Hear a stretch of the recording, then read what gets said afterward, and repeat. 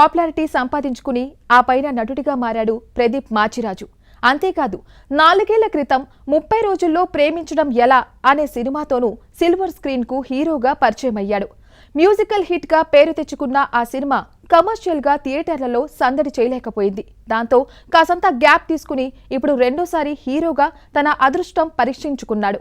ప్రదీప్ మాచిరాజు, దీపికా పిల్లి జంటగా నటించిన అక్కడమ్మాయి ఇక్కడబ్బాయి సినిమా శుక్రవారం జనం ముందుకు వచ్చింది.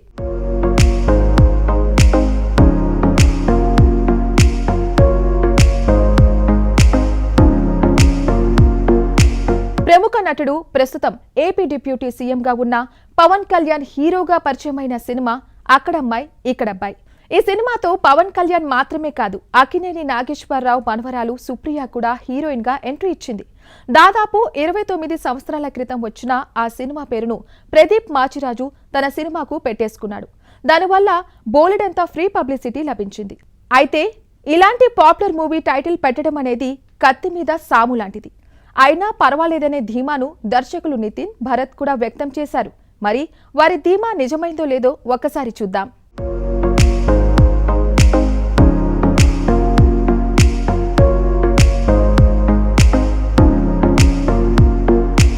ఇంతకీ కథేంటంటే, ఆంధ్ర తమిళనాడు బోర్డర్లో ఉండే ఓ గ్రామంలో కొన్ని సంవత్సరాల పాటు కరువు కాటకాలు తాండవించి అందరి ఇళ్లల్లో అబ్బాయిలే పుడతారు. అయితే ఓ ఇంట ఆడపిల్ల జన్మిస్తుంది.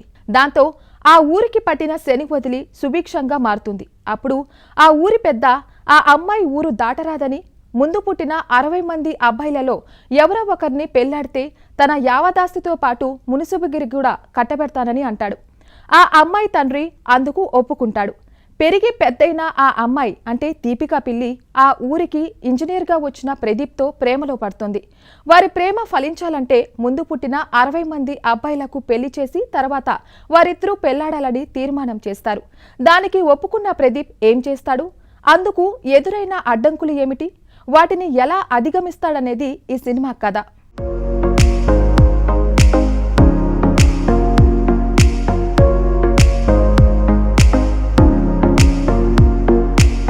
మంచి లైన్ ఎంపిక చేసుకున్న దర్శకద్వయం నితిన్, భరత్ దాని ట్రీట్మెంట్ విషయంలో తగిన జాగ్రత్త తీసుకోలేకపోయారు. పల్లెటూరులో సాగే ప్రథమార్థం పర్వాలేదనిపించినా ఒక్కసారి పల్లె దాటి పట్టణం బాట పట్టిన తర్వాత గాడి తప్పినట్టు అనిపిస్తుంది. బుల్లితెరపై స్కిట్స్ తో నవ్వించగలిగిన దర్శకద్వయం సినిమాలో కూడా అక్కడక్కడ ఎంటర్టైన్ చేయగలిగారు. అయితే సినిమా కోర్ పాయింట్ 60 మందికి పెళ్లి చేసే అంశాన్ని మాత్రం అంత సమర్థవంతంగా తెరకెక్కించలేకపోయారు. చివరిలో ఏదో తూతూ మంత్రంగా జరిపేసి మమా అనిపించారు. ఇక హీరో హీరోయిన్లుగా ప్రదీప్ మాచిరాజు, దీపికా పిల్లి నటించడంతో వారిని బుల్లితెరపై చూసినట్టే అనిపిస్తుంది. కానీ వెండితెర ఫీలింగ్ కలగదు. ఇద్దరిలో ఏ ఒక్కరు మారినా వేరేగా ఉండేదేమో.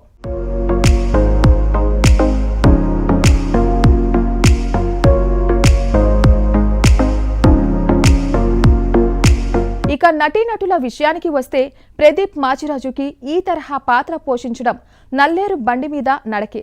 ఇక సత్య, గెటప్ సీను, వెనెల కిషోర్ కామెడీ సినిమాకు ఆయువు పట్టు. వీరి కామెడీయే లేకుంటే సినిమా గురించి చెప్పుకోవడానికి ఏమీ ఉండదు. బ్రహ్మాజీ, మురళీధర్ గౌడ్, రోహిణి, జాన్ విజయ్, ఝాన్సీ తమ తమ పాత్రల పరిధి మేరకు నటించారు. ప్రదీప్ ముందు సినిమా 30 రోజుల్లో ప్రేమించడం ఎలా మ్యూజికల్ గా హిట్ అయింది. సందీప్ బొల్లా మాటలు అక్కడక్కడ బాగా ఎంటర్టైన్ చేశాయి. అయితే ఈ సినిమా పాటలు మాత్రం ఏమాత్రం ఆకట్టుకోలేకపోయాయనే చెప్పాలి. Background music okay. Bala Reddy camera పల్లె అందాలను ఇంకాస్త బాగా చూపించి ఉండాల్సింది. నిర్మాతలు బిజినెస్ తో సంబంధం లేకుండా బాగానే ఖర్చు పెట్టారు. మైత్రి మూవీ మేకర్ సంస్థ నిర్మించిన జాట్, గుడ్ బ్యాడ్ అగ్లీ సినిమాలు గురువారం విడుదలై పేలవమైన ఫలితాన్ని చవిచూశాయి. వీళ్లే విడుదల చేసిన అక్కడమ్మాయి ఇక్కడబ్బాయి కూడా వాటి ఫలితాన్నే అందించేలా సాగడం విశేషం. ప్రదీప్ టీం జనరేట్ చేసిన ఫన్ ఆడియన్స్ ను థియేటర్స్ కు రప్పించగలుగుతుందా అన్నది ప్రశ్నార్థకమే. ఏదేమైనా ఈ వారం మైత్రి వారికి చేదు ఫలితాలనే అందిస్తుందన్నది వాస్తవం.